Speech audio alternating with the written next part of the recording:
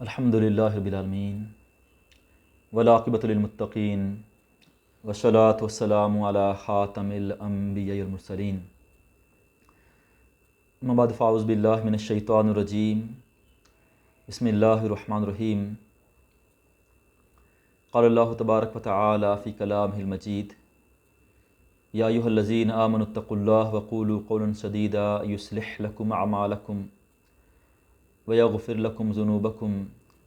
ومن یطع اللہ ورسولہ فقد فاز فوزا عظیما۔ وعن عمر بن الخطاب رضی اللہ تعالی عنہ قال سمعت رسول اللہ صلی اللہ علیہ وسلم یقول انما الاعمال بالنیات وانما لکل امرئ ما نوى فمن كانت ہجرته الی اللہ ورسولہ فہجرته الی اللہ ورسولہ ومن كانت ہجرته لدنیا یصیبها او امرأۃ ینکحها فہجرته الی ما ہاجر الیہ۔ رب اشرح لی صدری ویسر لی امری واحلل عقدۃ من لسانی یفقہوا قولی، استغفر اللہ العظیم الذی لا الہ الا هو الحی القیوم واتوب الیہ۔ محترم سامعین،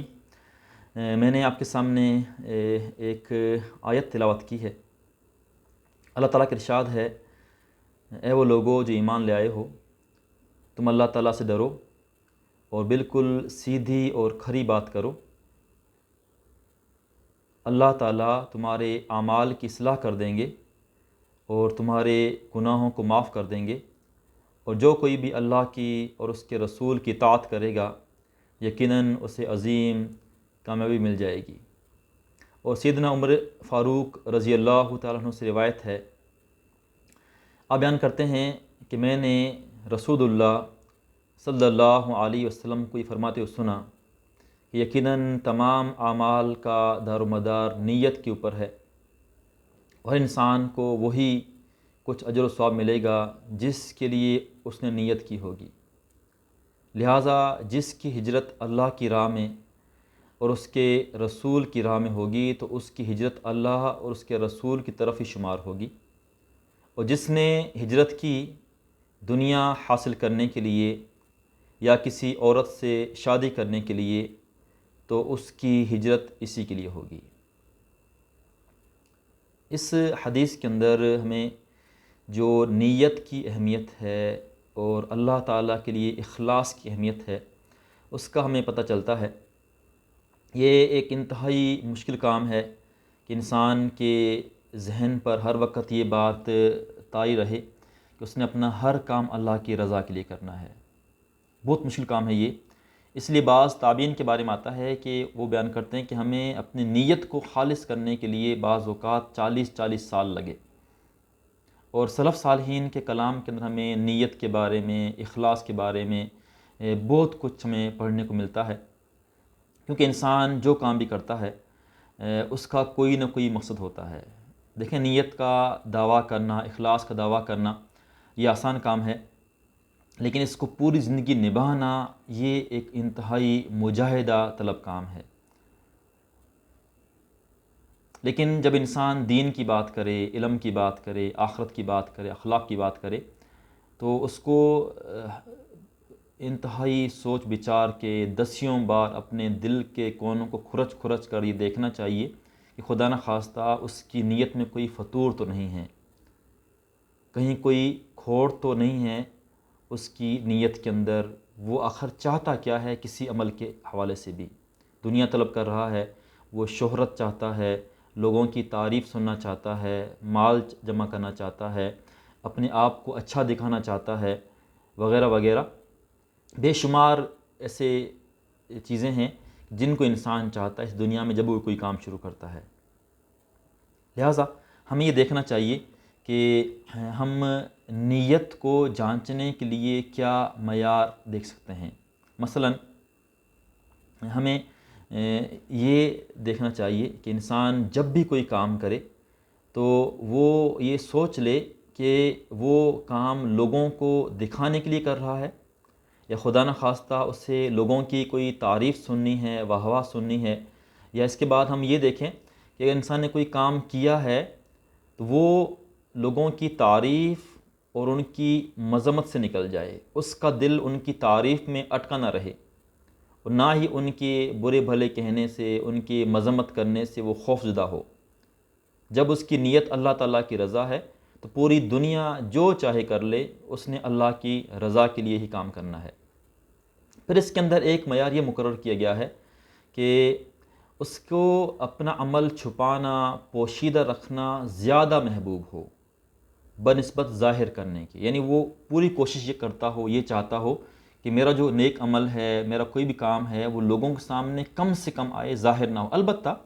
بعض اوقات اگر انسان حکمت سمجھتا ہے کہ لوگوں کو اس سے فائدہ ہوگا یا لوگ اس کی اقتداء کریں گے، تو انسان وہ کام ظاہر بھی کر سکتا ہے، لیکن جس کو یہ خوف ہو خدا نخواستہ میرے اندر ریاکاری آ جائے گی، تو اس کے لیے بہتر یہ ہے کہ اپنے کام کو زیادہ سے زیادہ وہ چھپائے اور پوشیدہ رکھے اور اس کو لوگوں کے سامنے وہ ظاہر نہ کرے۔ ایک تابعی کے بارے میں آتا ہے، ابو وائل ان کا نام تھا، ان کے بارے میں آتا ہے کہ جب وہ نماز پڑھا کرتے تھے تو ان کی ہچکی بن جایا کرتی تھی رونے کی وجہ سے۔ ان کے شاگرد بیان کرتے ہیں کہ بخدا ہم ان کو جانتے ہیں، ہم اپنے استاد کو، اگر پوری دنیا کی دولت ان کے قدموں میں رکھ دی جائے اور ان سے یہ کہا جائے کہ جس طرح آپ نماز اپنے گھر میں تنہائی میں پڑھتے ہیں وہی نماز آپ لوگوں کے سامنے پڑھیں، وہ تیار نہیں ہوں گے۔ وہ پوری دنیا کو وہ ٹھکرا دیں گے، لیکن اپنے عمل کی جو ایک خوبی ہے، حسن ہے، اس کو وہ لوگوں کے سامنے ظاہر نہیں کرتے تھے وہ۔ پھر اس میں یہ بھی بیان کیا گیا ہے کہ حتی الامکان وہ شہرت کی جگہوں سے دور رہے، یعنی ہر وہ کام جس سے اس کو یہ ڈر ہو کہ میں مشہور ہو جاؤں گا، مجھے شہرت مل جائے گی، میرے نام کا چرچا ہو جائے گا، میرے علم کا لوگ ڈھنڈورا پیٹیں گے، چرچا ہو جائے گا، تو وہ ایسی جگہوں سے دور رہے، وہ کوئی ایسا کام نہ کرے وہ۔ آج محترم سامعین ہم جانتے ہیں اس فتنے کے زمانے کے اندر جو دولت کی ریل پیل ہے، مدح سرائی ہے اور مشہور ہو جانا ہے، دن دگنی رات چگنی ترقی کے خواب ہیں، اور ایک دوڑ لگی ہوئی ہے ایک اپنی ذاتی حیثیت کو منوانے کے لیے، اپنی ذات کے گرد ہر انسان گھوم رہا ہے۔ لہٰذا ہمیں اس بارے میں بار بار سوچنا چاہیے کہ ہمارا جو کام ہے، ہم جو بھی کام کرتے ہیں،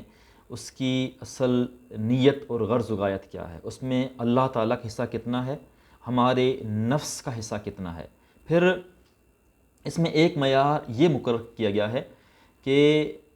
اس کا تنہائی کا عمل اور جو عمل وہ لوگوں کے سامنے کرتا ہے، ان دونوں میں کوئی فرق نہیں ہونا چاہیے، دونوں عمل برابر ہونے چاہیے۔ جس طرح کی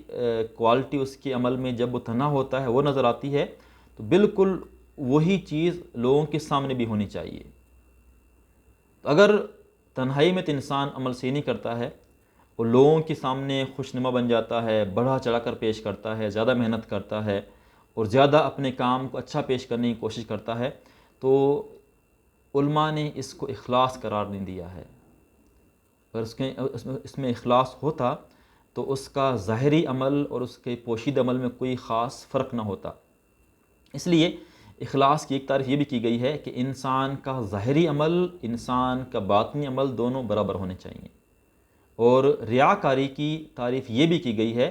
کہ اس کا ظاہری عمل اس کے پوشیدہ عمل سے کچھ زیادہ بہتر ہو،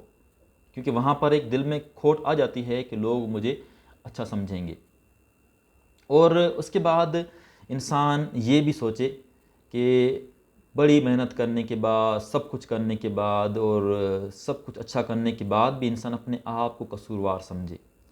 اور یہ سمجھے کہ مجھ سے یقیناً کوئی کوتاہی ہو چکی ہے، میں نے اللہ تعالیٰ کا جو حق تھا وہ ادا نہیں کیا۔ ہمیشہ اپنے آپ کو وہ کوستا رہے اور یہ سمجھے کہ میں گناہ گار ہوں، میں خطا کار ہوں، اپنے آپ کو اچھا اور بہتر نہ سمجھے۔ یہ انسان کی عاجزی ہے، اللہ تعالیٰ کو عاجزی انتہائی پسند ہے۔ لیکن ان تمام چیزوں کا خیال رکھنے کے باوجود بھی یہ دعویٰ کرنا آسان کام نہیں ہے کہ کسی شخص میں اخلاص آ چکا ہے۔ کوئی شخص یہ دعویٰ کر لے کہ میں نے یہ عمل اللہ کی راہ کے اندر کیا ہے، اخلاص کے لیے کیا ہے، تو یہ بہت بڑا بول ہے، یہ بہت بڑی بات ہے۔ امام احمد بن حنبل رحمہ اللہ تعالیٰ کے بارے میں آتا ہے، بڑے عظیم انسان تھے وہ۔ ان سے کسی نے پوچھا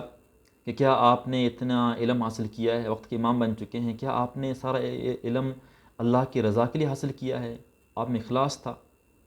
تو انہوں نے جواب دیا کہ اما للہ فہو عزیز، کہ رہی بات میں یہ دعویٰ کروں کہ میرا سارا علم، میری ساری بھاگ دو اللہ تعالیٰ کے لیے ہے، تو یہ بہت مشکل کام ہے۔ یہ انہوں نے کہا کہ البتہ میرے دل میں بات بیٹھ گئی، مجھے یہ اچھا لگا کہ میں علم حاصل کروں، تو ہم نے حاصل کر لیا۔ تو علماء نے یہ بیان کیا ہے کہ اس میں امام احمد بن حنبل کی عاجزی کا اظہار ہے، لہٰذا ہم سب گناہ گار ہیں، خطا کار ہیں، اور ہم سے بے شمار ایسے چیزیں ہو جاتی ہیں جو کہ نہیں ہونی چاہیے، لہٰذا ہم یہ عہد کریں کہ ہمارے ہر کام کے اندر اللہ تعالیٰ کی رضا مقصود ہو۔ اللہ تعالیٰ فرماتے ہیں، اللہ تعالیٰ ہم سب کو اس کام کرنے کی توفیق عطا فرمائے جس سے اللہ تعالیٰ ہم سے راضی ہو جائے۔ جزاکم اللہ خیرہ۔